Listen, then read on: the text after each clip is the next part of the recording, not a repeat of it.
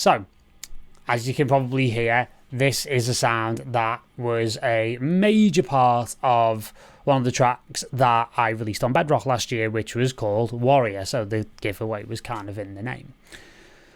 So I wanted to show you this as a starting point because it shows you what you can do with a command of the various sections of the Arturia MINI V3.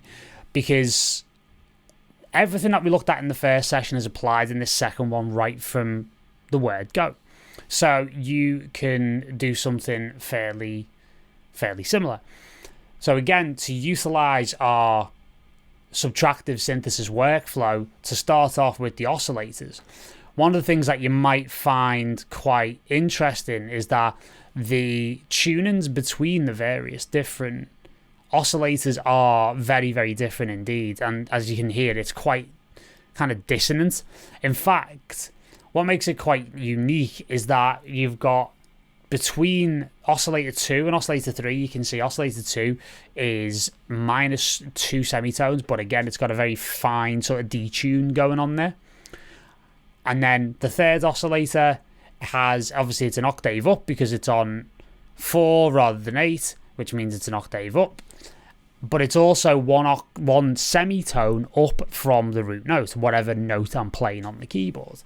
But again, with quite a severe fine detune, which again is designed to essentially give a very dark, very dissonant kind of feeling. Because again, if you think about it, oscillator 1 here is only capable of playing the root note in whatever octave.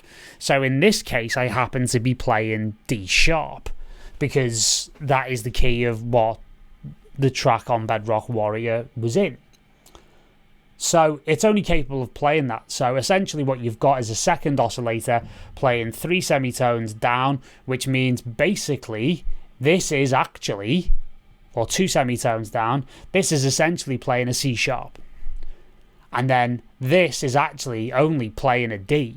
So you've actually got a cluster of these 3 notes, and these oscillators are all essentially,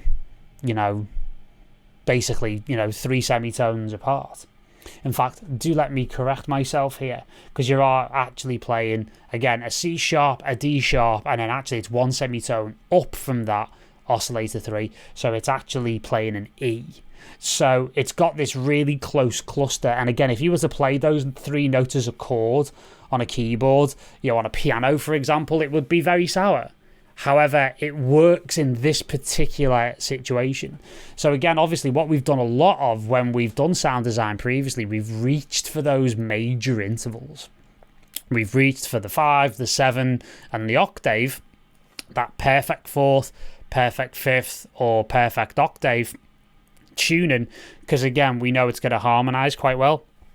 It's going to sound quite major, and it's also going to be a nice quick way of getting oscillators to work together. However, there's a lot of value to be mined in essentially trying to, even though they're in different octaves, to try and do something a little bit different and try and do something a little bit more, not just minor, but actually quite dissonant, because there is a real amount of value in being able to do that.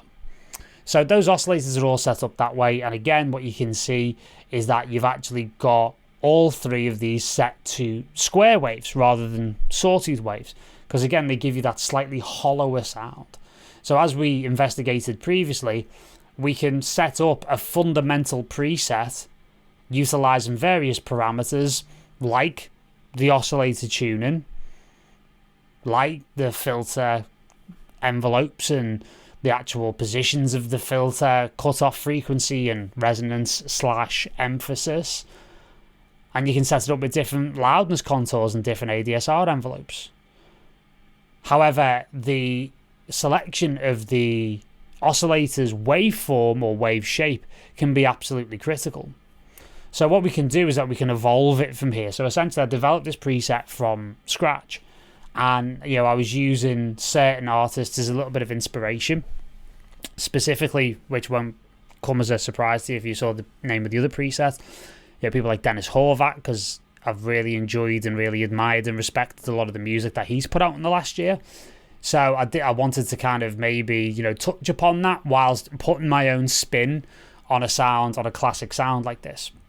So exactly what I've done here. So yeah, even down to, you know, the mixer, moving everything through the mixer.